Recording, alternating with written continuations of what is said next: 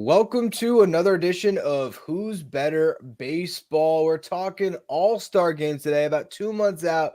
So it's time to look at who could be starting in this year's all-star game. We're going to talk about first-time all-star starters. We're going to talk about who could be on the mound. First, though, Patrick, how are things going for you right now? Is the Rockies season back to the way it should be? I know it felt good for a minute here, but it seems like everything has gotten back to status quo, huh? It's the typical Rocky situation that they've got going on. Win 7 in a row, then lose 3 in a row, actually 4 in a row. You blow a save against the Oakland Athletics, and Mason Miller's just throwing 102 miles an hour with regularity. And then last night was a late one on Tuesday night or was it Wednesday night? Yeah. It's hard to know what day of the week it is, but Rockies win it in the 12th inning with a 2-run home run. In fact, I think they're the first team in the history of baseball to have a multi-run homer in the first inning, do nothing for the entirety of the game, and then have a multi-run homer in the 12th inning. That's why I'm watching. That's why I'm paying attention. They're always keeping it interesting. Does it count if one of the, I'm assuming one of the runners was a ghost runner though? Does that count as is it the same thing? How does that go in the record books? It's a run. It just counts. The only thing that it doesn't count as is an earned run for the pitcher on the hill, obviously. But yes, no, if we're saying ghost runner rules in effect, we have a lot less history, and it's just a lot less fun to go back and talk about teams like the 1889 Indianapolis Hoosiers. Yeah. Well, I'll tell you, I'm excited to do this show because I'm getting sick of talking about the Mets. So this is nice for me to branch out, do who's better, get away from Locked On Mets and everything going on there. And fittingly enough, let's start with a Philly. Ranger Suarez has been unbelievable this year. And we got a lot of Ranger going on because he started against the Rangers. And we're thinking, could he start in Texas where the All-Star game is going to be this year? And not only make his first All-Star appearance, but on the hill as the National League All-Star Game starter. So what have we seen from Ranger Suarez this year that leads you to believe that he might be the guy that gets that nod? Yeah, he's been incredibly impressive this year. 9-0, 1.36 ERA with a .788 whip, best in all of Major League Baseball. And he's really kind of developed into this left-handed ace that we'd seen glimpses of, not as much in 2023, but over previous years. In fact, from 2020 to 2022, he had a 1.268 whip, but a 3.19 ERA. If you take those 3 seasons together and you take a 3.19 ERA from a left-handed starter, that's going behind a Zach Wheeler and an Aaron Nola and even a Taijuan Walker, if you want to throw him into the mix. So Ranger Suarez has been really arguably the best pitcher on the Phillies. I know Zach Wheeler probably still has that mantle, but if we're just looking at 2024, Ranger Suarez has to be the story in terms of the National League. It's crazy because, like you said, Zach Wheeler is always going to be like the ace of the Phillies if we're talking right now. And most people are saying, who's the ace right now? It's Wheeler, but you can have multiple guys who are pitching at ace level. And Ranger Suarez right now, you'd have to say he's probably the favorite for the Cy Young. And I think the thing that jumps out is the 9-0. And granted, part of that is playing on a good team.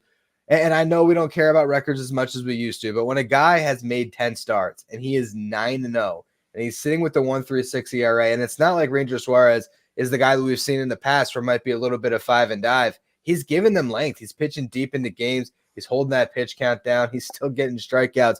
I mean, he is doing absolutely everything for the Phillies right now.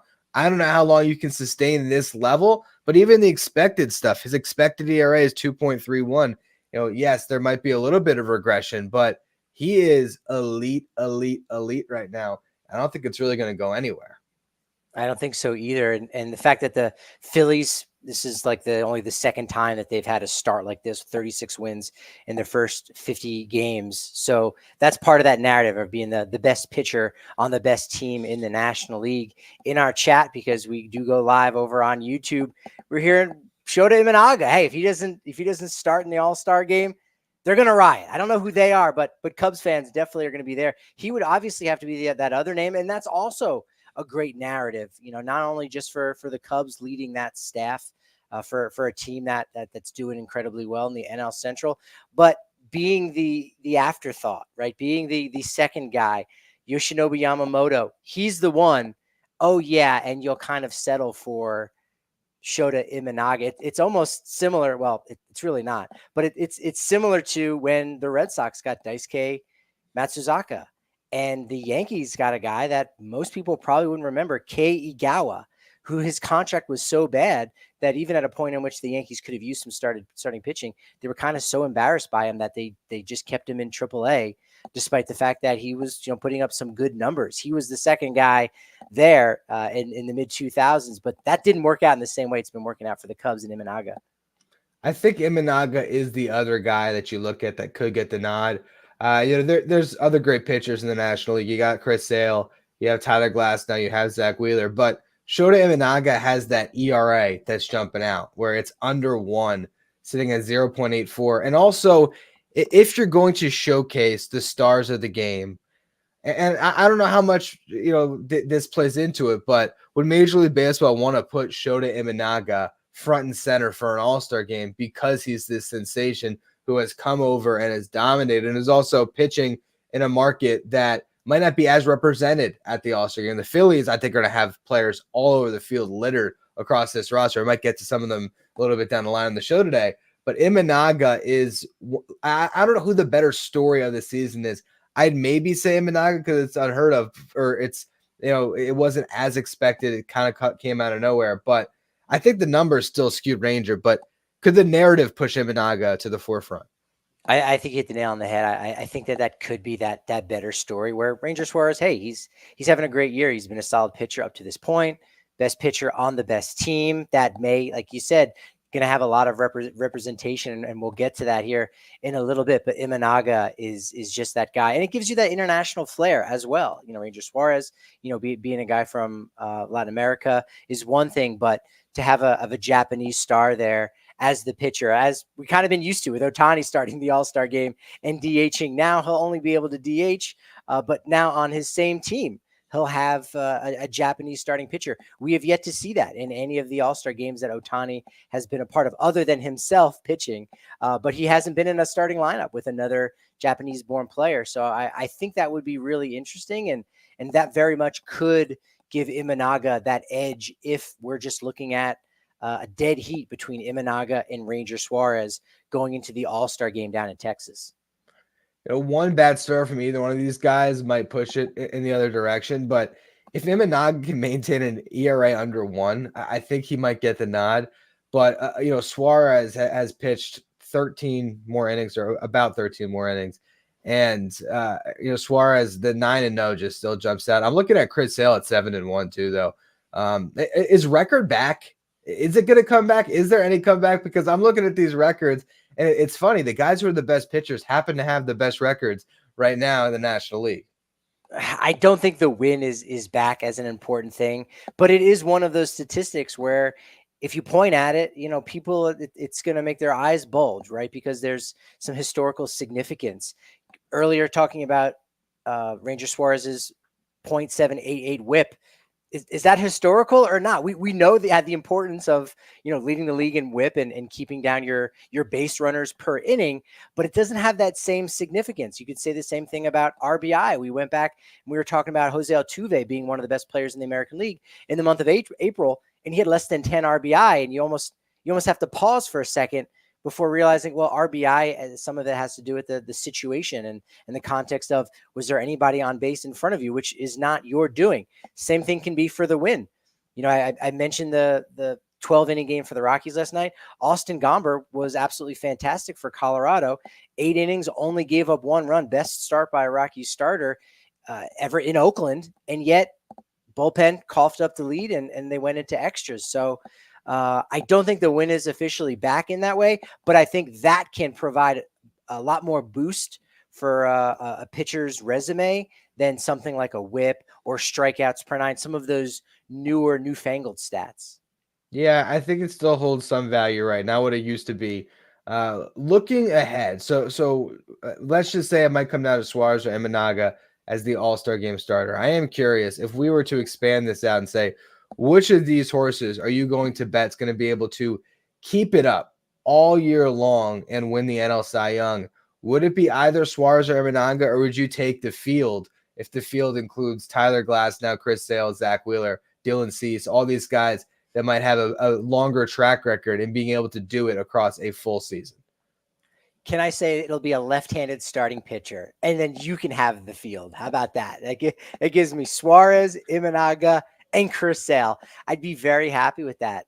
I think if I had to put my money down on something like who can really sustain this kind of success, because both guys have been fantastic, and I think both of them can do it, I would actually lean towards Imanaga being that guy that's able to do that. In talking with players that faced Imanaga already this year, he is an absolute unicorn. He's got a shorter stature, so his release point is different. The spin he gets on the ball, it just keeps it on this level plane.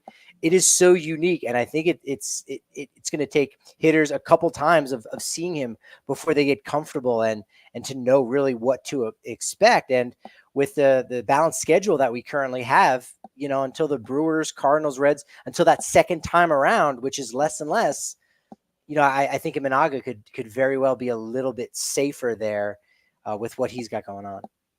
I think if we're including Chris Sale, if I'm giving you all the lefties, then I'd probably say, all right, it might be a left-handed starter. I've picked Zach Wheeler to be the Cy Young in the National League, and I still think that ultimately he might prove out to be the best pitcher, might win the award. But Chris Sale, I think, looks unbelievable right now. And then you still have those other two. So, yeah, I'd say if you had to lean one way, is it going to be a left-handed or a right-handed starter that is holding the NL Cy Young? I think it's going to be a lefty this year. Let's move over to the American League and talk about who's going to start the All-Star game on that front, because I think this conversation is really interesting. You got Tanner Houck, you got Tarek Skubal, you got Cole Reagans. A lot of lefties there too with Skubal and Reagans, but who jumps out from those three? Because I think Houck has had the best season, but I mean, you look at a guy like Skubal, he maybe is getting to the point where they want to push him to the forefront because he is a star on a team that desperately needs one. I don't know who to pick from that group because I think there's a cluster there, right? And I keep thinking back to just some of the conversations we've had in the past week about who's going to get into Dave Roberts' ear first. Is Mookie going to say, hey, pump up Shohei as the NL MVP, or vice versa? Is Shohei going to get in Roberts' ear and say, hey, I'd really love to have Shota starting the game alongside me, right? So you got Bruce Bochy there, who's going to manage the American League team in his home ballpark, which, come to think of, is probably a rarity for the hometown manager to be managing it in the All-Star game. And there are not a ton of options in the American League West. As you said, most of the best options are in the East, in the Central. But I'm going to throw a wrench into the works before even answering your question.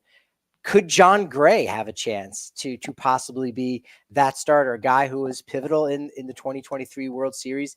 He's a hometown guy.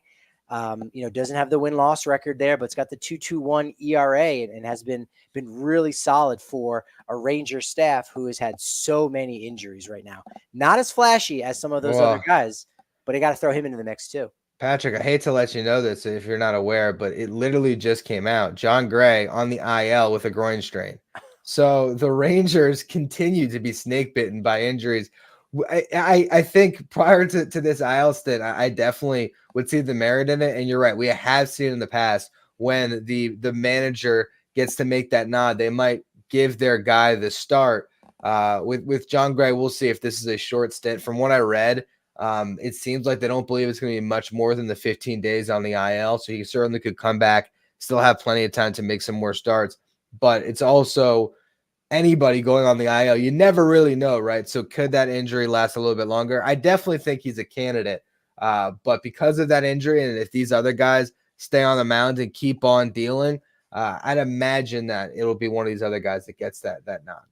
I think Tarek Skubal is probably the one that's the favorite right now. I think in that group, 6-1 for the Detroit Tigers after everything he did last year. I want to say 4th in the American League Cy Young Award voting. So he kind of has that best pedigree where if you need a tiebreaker, you go that way. I can remember that in the press conference in 2021, where Coors Field was the host for the All-Star game, and Dave Roberts saying like, yeah, there's a reason I'm going with Max Scherzer here, just because his resume breaks that tie, right? Like, it isn't necessarily something that goes on your Hall of Fame plaque, but it definitely boosts that resume in crunch time for something like that. And so that can kind of be the benefit. It's a little name recognition too, right? If you're looking for good storylines, what about Yusei Kikuchi, who's pitching really well for the Blue Jays? Could you have Japanese pitchers for both sides, American and National League? But from the names that you announced, I think Tarek Skubal would have to be the most deserving over someone like a Tanner Houck right now. Even though you could certainly argue Corbin Burns, who's got a Cy Young award under his belt, has been delivering and has been everything that the Baltimore Orioles have asked of him. I think that Burns is really an interesting case when it comes to the Cy Young, and we'll see if he can get into the forefront for the All-Star. He's a guy that I look at as kind of like a sleeping giant in that AL Cy Young race right now, where he hasn't been talked about much. He's sitting with a 2.56 ERA, and we know how good he can be, and particularly for a team that's going to be right in the thick of the race the whole way through. We got a comment here on a guy that I was going to mention, though. That's Seth Lugo. Ooh. Seth Lugo. I mean, I'll tell you what, if he starts an All-Star game, it'll blow my mind, because I thought he could be a starter. Did I think he could pitch to a 1.79 ERA through 10 starts of a season? I don't know if I ever would have dreamed that. He's 7-1 too. So if you want to talk about records, you look at some of the expected stuff, expected ERA of 3.57, expected fielding independent pitching of 3.56. That could foreshadow a little bit of regression. But the guy just knows how to pitch. He's got all these different variations he can go to. It's one of those guys where his toolkit, it's probably a lot bigger than what even Baseball Savant would tell you. If it says he has a 6-pitch mix, it might be even more than that, with the way he can change speeds, adjust his movement. But man, he spins the hell out of some breaking balls, and he's having a lot of success. So if Seth Lugo is sitting with a sub-2 ERA by the All-Star break, he could be one of the more surprising All-Star game starters I think we've seen. I would love to see that. That would be great for him, because it's very much deserving. I would have to think he would be the oldest first-time All-Star to start a game as the starting pitcher. Like that's pretty wild. Also in the chats when we were talking about the National League, Paul Skeens, I think it could even be a long shot for him to just make the All-Star team as too of right late, now. yeah. And that's okay. Luis Hill, who is now in the Rookie of the Year award conversation for the Yankees in the American League. Again, those are guys that could make the All-Star game, an All-Star team, because ultimately, once the rosters are announced, there's about 5 guys on each side that are going to be on the IL, or we'll have something else going on, and so you'll be able to backfill with some players. So yeah, the American League is really wide open, and I would have the most confidence, I think, in Tarek Skubal right now going forward, but it certainly wouldn't surprise me if someone like Corbin Burns, who maybe isn't getting enough recognition in this conversation. Luis Castillo sitting there with a 3.28 ERA, so he certainly could pounce, because we're almost. Well, I guess we're a little bit past that the halfway point of the halfway point, right, of the All-Star game, because we're past the quarter pole. So American League is going to be really interesting. I don't know if anyone in the AL West could do it. I mean, nobody's flashy. Yeah. Tyler Anderson's doing a great job. You got to tip your cap to him. But again, if you're looking for a little bit of flash and name recognition, we've kind of been highlighting it, all season long, right? There's so many stars that are on the IL and got hurt, and that, really have had a somewhat truncated season so far. You could potentially have something like, 75% or more first-time All-Stars representing the American League pitching staff. I mean, Mason Miller is going to be there, first-time All-Star. No, it's a great point. I mean, you really do go down the line, and I wonder how they fill it out. There's a lot of names. I mean, is Eric Fedde an All-Star because the White Sox don't have one? I mean, that's one of those things where, you always have to take that into account too. The years that Gregory Soto was the Tigers All-Star, and yeah, he's good, but it's not like he was some elite relief pitcher. If he played for another team, he probably wouldn't have a couple All-Stars on his resume. So That's always something you have to take in mind. And I think when you really look at it from that perspective, like, is Tyler Anderson the all-star for the Angels, like you said there, because they don't have another one with Mike Trout being hurt. So that always throws that other extra wrinkle into the all-star conversation. I'd agree right now, Skubal is the clear favorite as a guy that will start this year's all-star game. Houck is another alternative. Seth Lugo with the ERA. There's definitely some options. To close this conversation out like we did with the last one, which one of these guys across the full season? I'm just giving you one pick quick here. Who's your AL Cy Young today on May 23rd? If I can't have the field, the one guy I would take would be Detroit Tigers left-handed opening day starter, Tack Skubal. And I'm going to take Corbin Burns. So you see, I lean on track record here. Zach Wheeler, Corbin Burns. It's true. I stay consistent, but I just can't wait to get to this next topic. So we're going to jump right in. It's draft time. We're going to do another draft, and I'm getting outside my comfort zone today, Patrick. I'm going to do a snake draft because I think it's the most fair based on the rules I've set up. For anyone who's been tuning into the show, you know, snake drafts are my Achilles heel. I got it listed in front of me. I pick, you pick twice. I pick twice, you pick. And the reason why I think a snake draft is important is what we're doing today. So we are drafting players who will be all-star starters for the first time. And I'm not talking about injury replacements. I'm talking about voted in. So it's a combination of performance and then name recognition. And we're going to keep track of this one. When the starters are officially announced, we're going to go back to this, and we are going to count up votes. So you want to make sure that your three guys that you pick are actually all-star game starters. The best example I can have of this, you might say Gunnar Henderson, Bobby Witt Jr., great picks, right? But they're both in the American League and they played the same position. So if each of us takes one of them, that very well could decide this draft, which is perfect for us because we've been very much a Gunnar or Witt podcast so far this year. So those are the rules. I'm going to take the first pick because you had the first pick the last time we did this. And also, I'm just going to be blatantly honest. I wanted Elly De La Cruz. And so I made the rules and I'm taking him. Elly De La Cruz, I believe, will be the all-star game starter at shortstop in the National League. And when you look at jersey sales, I think Ellie's going to get himself a whole lot of votes this year to be that starter. You've lost this whole draft already. You think so? Yes, because I think the all-star game starter in the National League is going to be Mookie Betts at shortstop. I mean, that is a lot to overcome. A guy that we've been talking about this entire season as MVP, that yes, he's exciting. And if Mookie Betts didn't exist, or if he was going to be listed as a second baseman, was wow, a glaring hole in my thought process. Don't worry, we're not live. We can edit this out. Okay, let's do a retake. Okay, let's restart. The first so I picked. I'm gonna lean into it, man. I still think that there's a chance because Elly is so box office that he might win out of the votes. But yeah, you're talking about the front runner for the NL MVP right now, Mookie Betts, and a big market team that's going to get a lot of votes. I probably just shot myself in the foot, so I'm going to have to come back on my next couple of picks and try to get some votes. But you're up here, Patrick. Well, maybe we'll see Elly De La Cruz in the home run derby. That'll be another one. We might have to draft those guys because, well, you know what? Because you were aggressive there with your first pick. I'm going to be aggressive with my next two since we're doing a snake draft. And like you said, I could get a monopoly on the American League shortstop and select both Bobby Witt Jr. and Gunnar Henderson.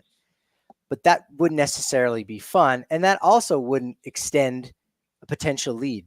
So I see there being a lot of battle this summer between the Orioles and the Royals because we've got it at two positions. We've got it at shortstop, as we've just acknowledged, in Bobby Witt Jr. and Gunnar Henderson. Which fan base is going to show out the best? But we also have it at catcher because Salvador Perez has been the best catcher in the American League. But will Orioles fans get behind Adley Rutschman? Well, baseball fans, because it's not just them who is voting in this process. So I'm going to see if I can cherry pick the right two, and they're not from the same team. So for my first pick, I'm going to take Bobby Witt Jr. Okay. As the American League shortstop. I think he has a little bit better name recognition. It's on one hand, I want to say, man, Kansas City, they're going to show out for their guys and they're going to vote a little bit more aggressively than fans in Baltimore. But then with my next pick, I'm actually going to take Adley Rutschman as the starting catcher for the American League. So that completely negates everything I just said about Kansas City voting better than Baltimore. But I think nationally, Adley Rutschman might get a little bit more love than a Salvador Perez than Gunnar Henderson will for Bobby Witt Jr. So that's why I'm going to cherry pick and see if I can go 2 for 2 there with Bobby Witt Jr. as the starting shortstop in the American League. And with my second pick, Adley Rutschman as the starting catcher for the American League. So I love where your head's at with those, because I definitely can see Rutschman over Perez, but I think that is the conversation. I do remember 2016. Now this is after they won the World Series in 2015. Royals fans showed out in a massive way, and like they had 8. I remember like when it came down to it, there was like 8 finalists from the whole team got Alcides voted. Escobar? Didn't Yeah, Alcides Escobar be an all-star that year? I think he might have been. Yeah. So we know they know how to vote there. I don't know if they're as fired up for this team as they were coming off a World Series, but yeah, I can see them showing up in a big way. I think Gunnar Henderson should be the all-star shortstop. I think he should get that start. But like you said, Bobby Witt, has maybe a little more name recognition going into the year. He already got the big contract. I think that the shortstops might make or break us here. So I'm going to try to take a safe pick, and it's tough because I think 2 of the starters in the American League for the outfield are set in stone, Aaron Judge, Juan Soto. But I believe in our guy who has been underrated. And so maybe it's not safe because he doesn't always get the recognition he deserves. But damn it if I'm not taking Kyle Tucker, because I think this is his year. Kyle Tucker needs to be an all-star game starter, and I got him. And then for my next pick, I'm taking a guy that I think is the best at his position this year, and I'm taking a fan base that I think will get behind him. I got Alec Boehm. I think he's going to start at third base this year, and I feel very good about that because I look at the other third baseman in the National League right now. No one else jumps out. I don't think I'm missing a Mookie Betts level player like I did with Ellie, but you can let me know if I'm wrong. I got Alec Boehm. 2 great picks. Great picks there. Yes. How can I forget about our guy, Kyle Tucker, who did hit a home run with batting gloves the other day. Yes. He apparently wears them when it's like cold out or maybe to bust the slump, things of that nature. So I like that he can be flexible in that way. But Kyle Tucker, great selection. I definitely think he's going to be there. You named the entire American League starting outfield. You nailed that one. And I agree. Alec Boehm is going to be, I think, the third baseman who gets the most votes in the National League.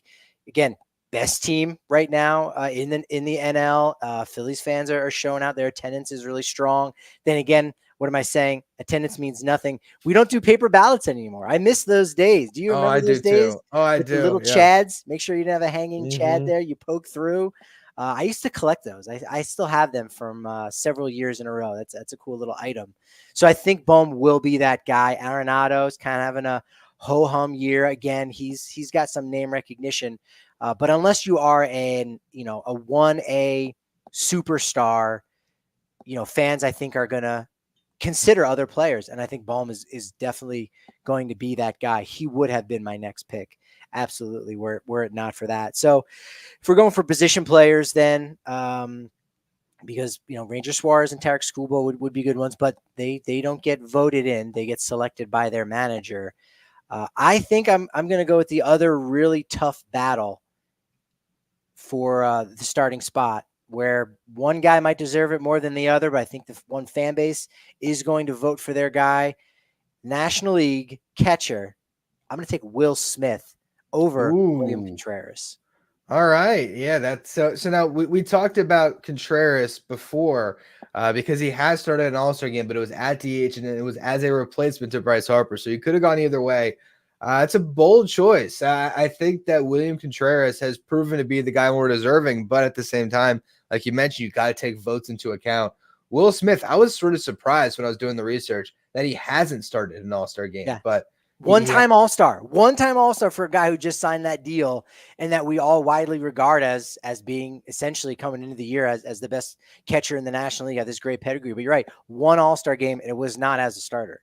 And last year, one of the things that I did in my prep for this is I looked at last year and the finalists. So I was trying to see like who came down to it last year and didn't get it. And Will Smith was a finalist last year. I'm trying to remember who exactly got the nod. Oh, Sean Murphy got the nod to start. but it was between Murphy and Smith last year. Murphy not in the equation this year because he's been hurt. So, yeah, I mean, there's a good chance that the voters show out for him. William Contreras in Milwaukee, is he going to get the same votes? I think you probably went the right direction there. Just to round out some other players that I think could be first-time All-Stars, if we're sticking with Philly voting, I think Bryson Stott has a pretty good chance at second base. Again, that's based on the fact that I believe that the Phillies are going to be a Kansas City Royals of 2016 situation. I think we're going to look at finalists, and we're going to see Phillies littered all over the board. But if you look at second base, you have Ketel Marte, you have Bryce Turang. There's other guys that are probably having better seasons, but I think Bryson Stott stands a pretty good chance. And the other one was Jarren Duran. Do Red Sox fans show out and vote for him? Possibly, but again, the reason why I think both of us would have stayed away from him is it's so tough when you have two All-Stars pretty much set in stone in the outfield with Judge and Soto to get that third spot. And it would be a real shame, not only because I picked him, but if someone like Duran or anybody else snuck in instead of Kyle Tucker. No, I think that those are two great calls. Bryson Stott, I think, is kind of like that dark horse of I'm going to lock him in as a starter. And you go, really? No, I think that makes a lot of sense. In the chat, baseball fan, I think we all are. But you know what? Atlanta might have something to say about that with Austin Riley. Yeah. Sure, I think so. I think there will be a fun battle with that. Yuki Matsui, probably not the real one. But Ozuna or Ohtani for NL All-Star DH, kind of a no-brainer. Ohtani versus anyone is going to end up being Ohtani. And as great as Marcell Ozuna has he been better? No. As good? Maybe. Again, don't forget about the stolen bases that Ohtani has been putting up there. So fun conversations for sure for these first-time All-Stars that very well could happen. And the other thing I think I don't have in my head when I thinking about this conversation is they do the All-Star voting differently, where it wasn't just, hey, here's your open window. Let's go ahead and vote like crazy. We're going to get down to 2 at each position. And in the case of outfielders, 6, and then we vote again. So as long as you're in the conversation 1 and 2, your city just has to really do the thing for that 1 week. And you're going to get, what it is that you need and become a first-time All-Star. Yeah, I think so. And I'm thinking about the DH conversation. Bryce Harper's the only guy I think could actually push Ohtani. And I don't think he will. I think Ohtani is clear cut. And I also want to acknowledge that based on my board, had you selected differently, if it came down to it where I had to choose between Bryson Stott or Contreras or Smith, I think I would have taken Stott, only because I think the Phillies are going to show out in that way. And I look at that position as more wide open. I was a little nervous on some of these positional splits. Like I was trying to stay away from Gunnar or Witt because I just don't know who's going to be the starter. So it's going to be fun to see how the voting turns out through all of this and which one of us ultimately gets the most votes and wins this little competition we have. And I have to say, just a massive oversight by me. I was so damn confident when I made my notes on Elly De La Cruz. I'm like, who else could possibly start over Elly? He's the man right now. He's going to have 50 stolen bases by the break. Did not at all remember, stupidly, that Mookie Betts is a shortstop now. I mean, they gotta make that a little more obvious. He's like, if you sort by second base, he's leading in the second base F4 category too. He's all over the place. It's hard to keep up here with Mookie Betts. That is the issue with sorting, right? And using different sources. Look, how about a guy that we haven't talked about him? I don't know if we've ever talked about him on the show. Teammate of Kyle Tucker's. If we were doing this at the beginning of the season, who's going to be a first-time All-Star, and we did a draft, tell me Yordan Alvarez wouldn't have been number 1 on the list as the American League DH, now no longer blocked by Shohei Ohtani. Wouldn't Yordan Alvarez be front and center in that conversation this year? I don't really know who's going to get those votes as DH. I think Giancarlo Stanton might get that love from Yankees fans, but otherwise that spot is kind of up for grabs. It still could be Alvarez again with Astros fans showing out. Yeah. But that's one where, just a competent season, which he can still put together here in the final, 6 weeks, let's say, before they make that announcement. But Yordan Alvarez could be a dark horse, if you will, in this conversation. I think that's a great poll because honestly, if I had really thought about it, I might have gone that route. I'm looking at who's the most deserving, and I mean Ryan Jeffers has been catcher DH. He's put up some pretty good numbers: 10 home runs, 148 WRC plus, and then Brent Rooker has had great numbers. But is an A going to win a voting contest? Is he going to win a popularity contest? Probably not. So Jordan, probably the biggest snub we had here because I do think he'd get voted in as the DH. If he's a finalist with Brent Rooker, let's just say, I think Jordan's going to get sort of the casual fan vote. And yes, he's sitting there with sort of a lackluster season for his high standards, but it's Jordan freaking Alvarez, and he still has time. I wouldn't be shocked at all if Jordan turns it on and has some huge numbers. And I didn't even think about him because I sort of assumed he probably started at some point. But yeah, Ohtani blocking him. So I think that was our biggest snub today. I think he's definitely looking like an all-star starter at DH. And props to baseball fan referencing the Atlanta fans, because Austin Riley, 2-time All-Star, still has yet to start. So if again going into this season, if we would have put our money anywhere, I think the second pick right after Jordan Alvarez would have been for him for Austin Riley to start in the National League at third base. I think so. Yeah, I mean and look, he could turn it on, and Bohm could certainly cool off. But when Bohm's hitting 330, and the Phillies are as fired up about their team as it's ever been, I'm curious how the Braves fans show out. Do they care about the All-Star anymore? Does it matter when your team is just awesome each year? The Phillies being on a 110 plus win pace, I think they're going to get more votes, but it's going to be exciting. I think. I don't know. We'd have to look back at history and see if there is a changing of guard, but it certainly feels like we have more young stars this season that are really pushing to the forefront, particularly with some of the shortstops. But it feels like a year where a lot of guys are making names for themselves. And it's going to be a really fun All-Star game when we get to it, of some guys that are enjoying the festivities for the first time, enjoying that level of spotlight that they typically might not have had. Yeah, Tyler O'Neill could be one of those players that, now that he has his IL stint kind of past him, he could do that. I got a question for you. Is, despite the fact that we know Trout is on the IL and he's going to be gone, will he be selected as an AL starter? Actually, the better question is he even going to be on the ballot? And I think the answer is probably no. Yeah, I don't know. Look, his numbers were pretty damn good when he was on the field.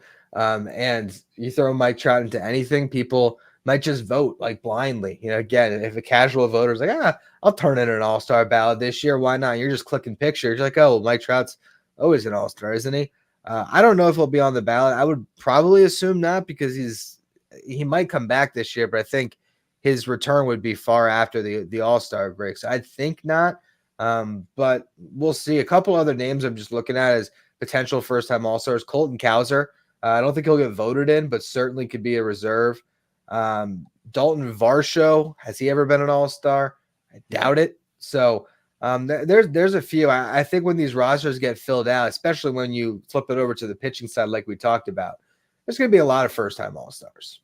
Mike Trout is currently tied for the 8th most amount of homers in the American League.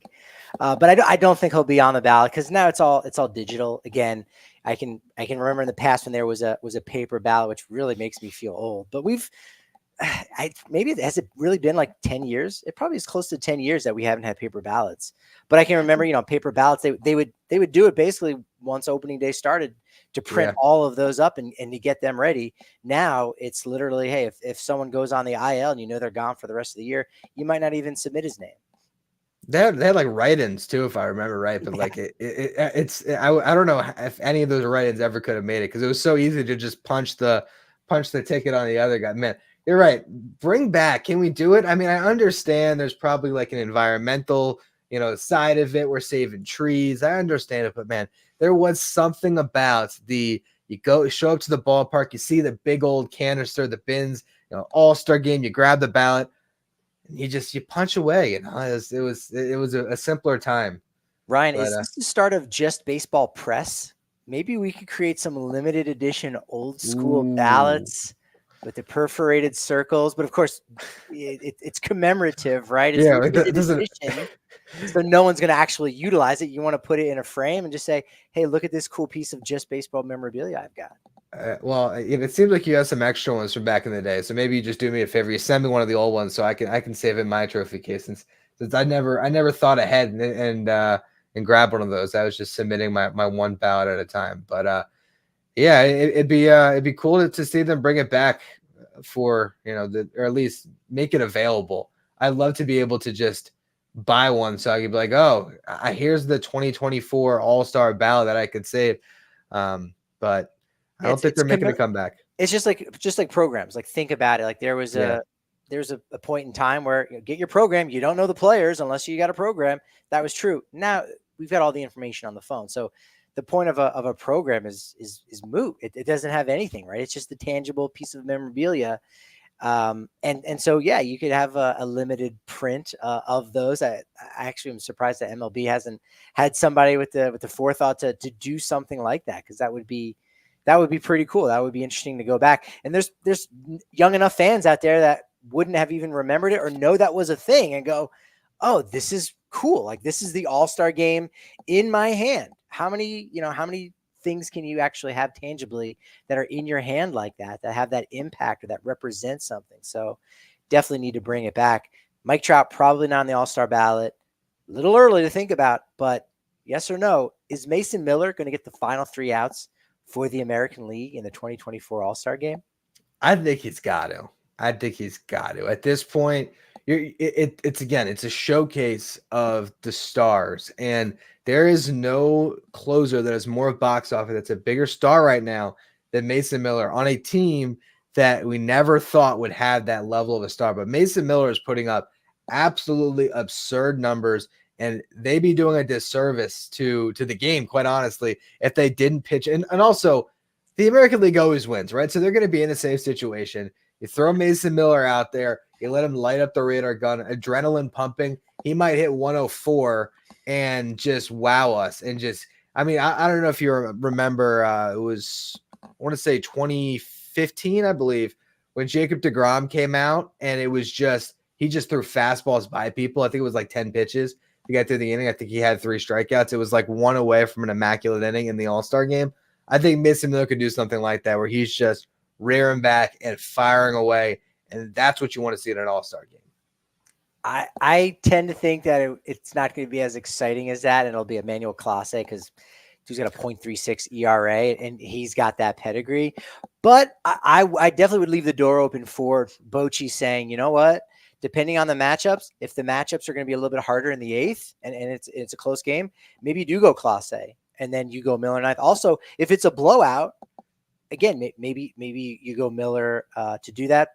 But you got the TV component to it, which I don't know that anyone's having a conversation with Bruce Bochy going, hey, if it's a blowout, we got to keep it interesting. Give the fans Mason Miller earlier in the game, right? So that they're not tuning out for the 9th, because this is an exhibition. So that's a hard conversation to have in general. But man, I'm getting excited for the All-Star game, because it definitely feels like it's becoming more and more of the spectacle that it's always been in different ways, but now it's had, this other element, like you said, with looking at velocity, seeing how hard guys can hit the ball, and you're getting some better play as well on top of that, in addition to, the home run derby. It's going to be fantastic. And Mason Miller's going to be nice and loose in that Texas humidity.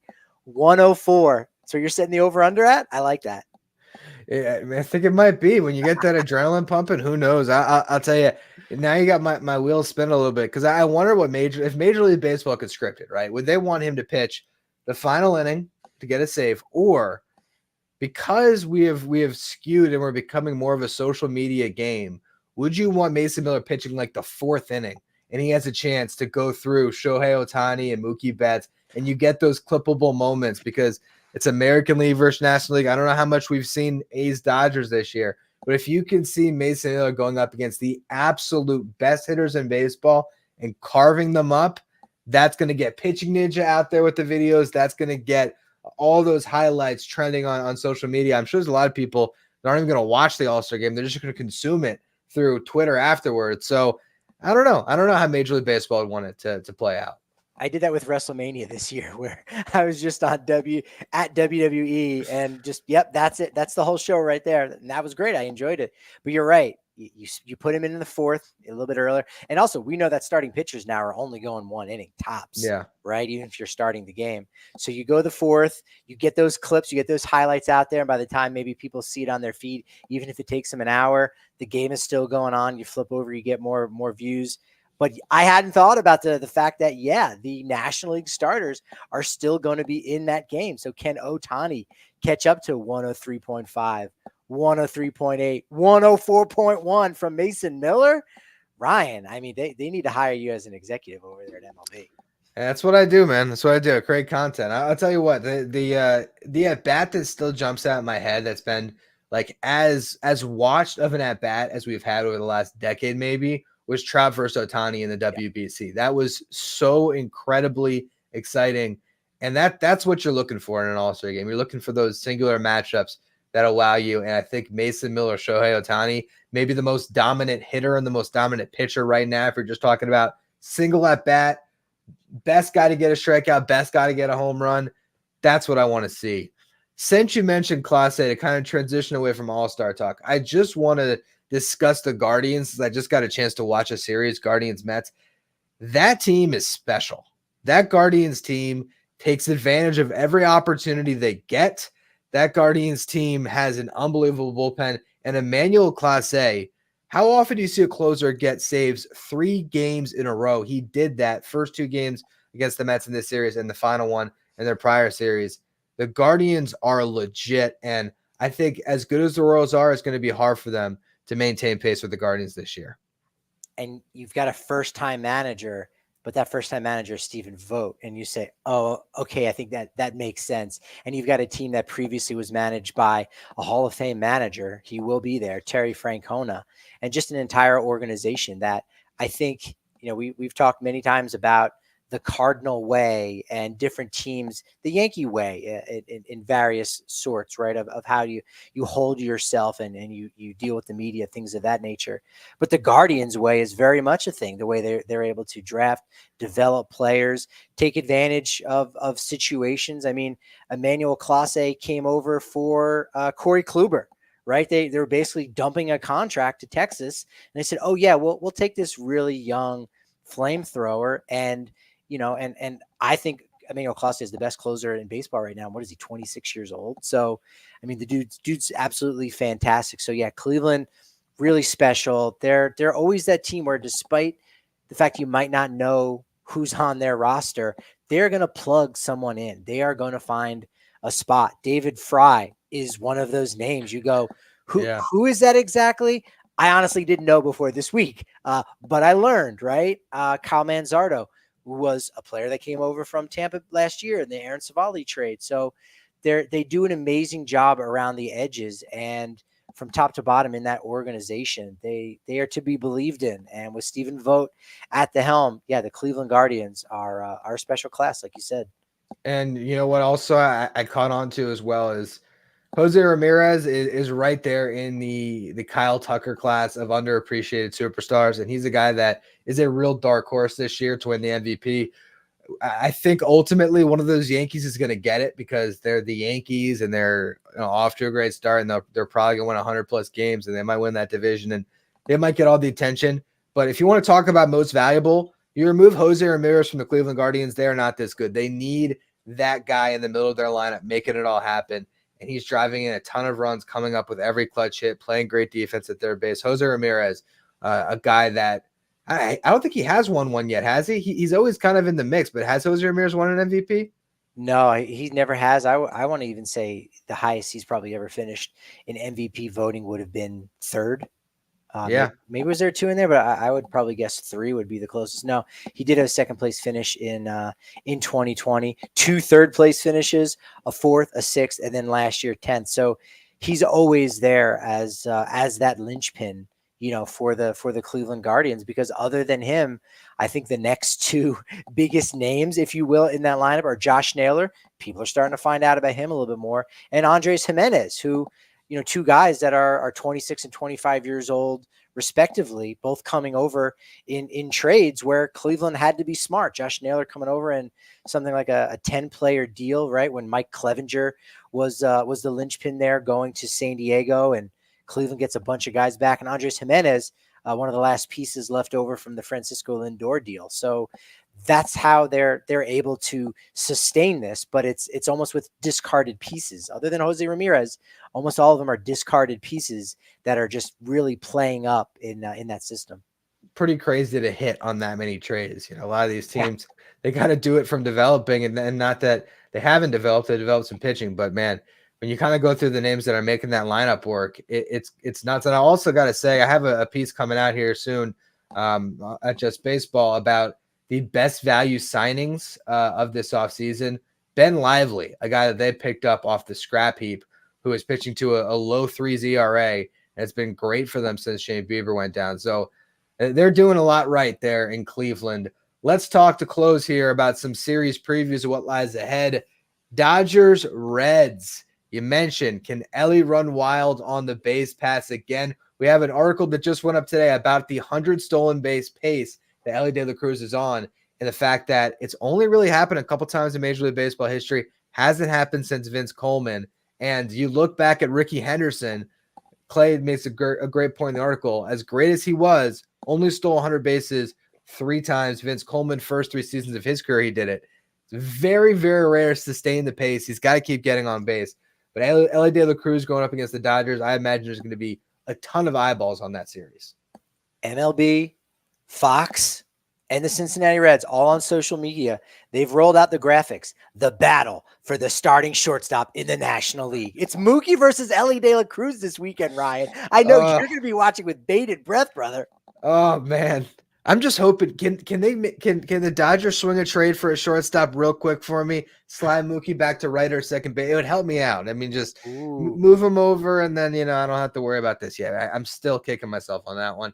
Ryan, I want there to be a whole series of articles that you write that like defend if you say something a little bit askew. You're like, ooh, the one trade the Dodgers need to make, and you're coming up with packages like, all right, these 8 prospects to Cincinnati for Ellie De La Cruz. And look, I'll do it too when I put my foot in my mouth, which definitely happens a lot. Yeah, I like that series because again, we talk about when you face a player or you face a team, you know what to expect. So will Ellie be running as wild? Will the Dodgers figure out a way to kind of combat that just a little bit? That will be exciting to watch. In Colorado, it could be a little bit spicy. You've got the best team in the NL versus the worst team. But if you remember, this time last year, it was around Mother's Day, there was a bench clearing incident. Bryce Harper taking umbrage with some of the excitement by relief pitcher Jake Bird, and benches cleared. Nothing major happened, but that was quite the incident. I think Bryce Harper having a few choice words about the Rockies having a joke of an organization.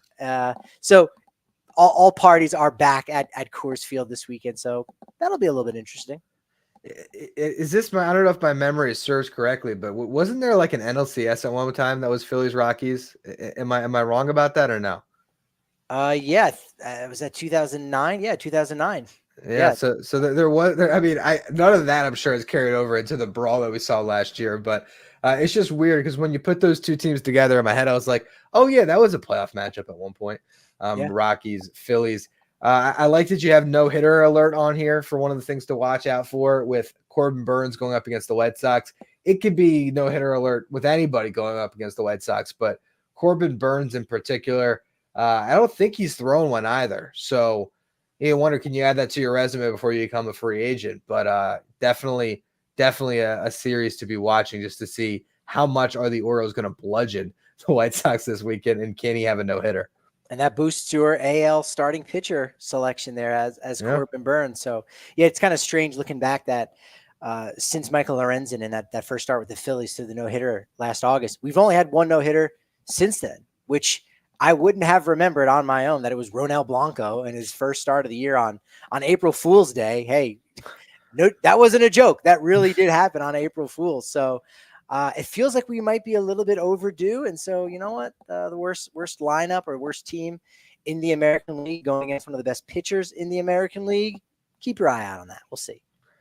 Yeah, no, it's funny. Now I'm curious to go back and look at some of the tweets of Blanco's no hitter to see how many people thought it was an April Fool's joke. Like, no, that didn't happen. It's like, no, no, guys, it actually did. You can watch the video.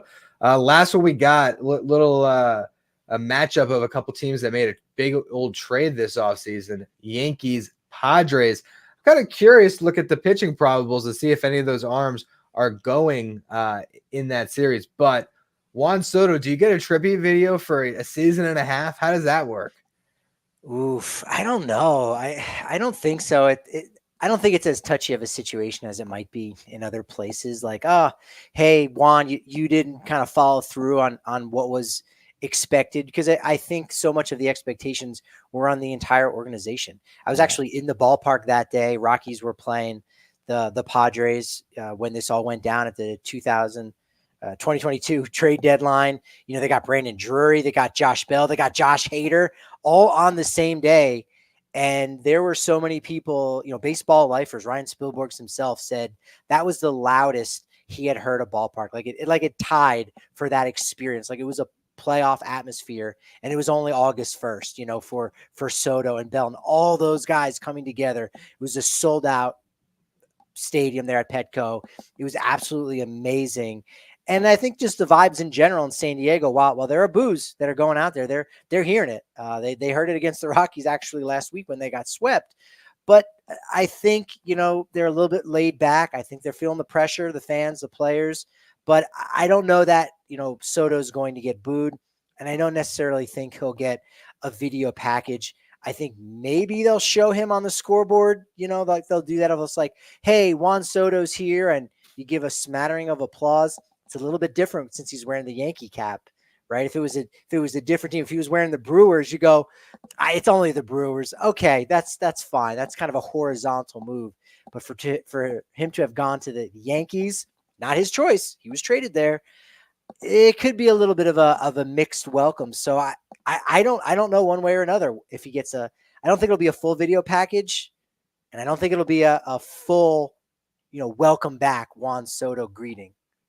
Yeah, it's when it comes to the end of his career, and we'll see what happens in free agency. If he stays with the Yankees in particular, though, that Padres blip is going to get forgotten by a lot of people. Yeah. I mean, it's going to be Nationals. That's where he debuted. That's where he won his first World Series. We'll see if he wins another. And it's going to be Yankees, where he potentially could have spent at that point like 15 years at the end of his career, and maybe goes in as a Yankee to the Hall of Fame. But we're going to be like, oh yeah, on the Hall of Fame plaque, it'll say Padres. You know, year and a half that he was on there. I am looking, or I did look, and Michael King will not start this series. I'm sure he would have loved to go up against his former team, but he pitched yesterday on Wednesday against the Reds. So no Michael King start. The matchups for that series, kind of exciting. Carlos Rodon, Yu Darvish. That's a pretty good pitching matchup. Marcus Stroman, Dylan Cease. And then the final one, you'd say it's not the best matchup. Clark Schmidt, who's had a great start to the season, but Joe Musgrove coming off the IL, I believe, to make his first starter. No, I guess he did pitch 3 innings the other day against the Reds, but maybe first time he's full go. So that's going to be a fun series. That might be the one that I'm most excited to tune in on, because the Padres can beat any team, and those are two teams that have a lot of star power going head to head. So that'll be a fun one. That's a cool matchup. Yeah, it would have been neat to see Rodon on the same day as Dylan Cease. You know, two former White Sox guys that organization together. That'd be neat. But yeah, that's going to be a good matchup. And I think a lot of people, hey, it's Memorial Day weekend, so you can stay up late, watch those West Coast games, because I think that's going to be a real interesting one in San Diego. Yankees Padres this weekend. A lot of fun. It will be. And we will be breaking down all of it on our Sunday stream. So make sure you guys check that out. We'll be back with another edition of Who's Better Baseball. If you want, you can also find our audio version of the podcast, Apple, Spotify, wherever you get your show. Find us on YouTube at Who's Better Baseball. We break up these conversations. So if you came into the stream late, you can watch any part of this show. You can also watch the full episode over on YouTube there as well by clicking on the stream. And then, of course, you can follow us on social at Who's Better BB. And we'll be back with another show this Sunday.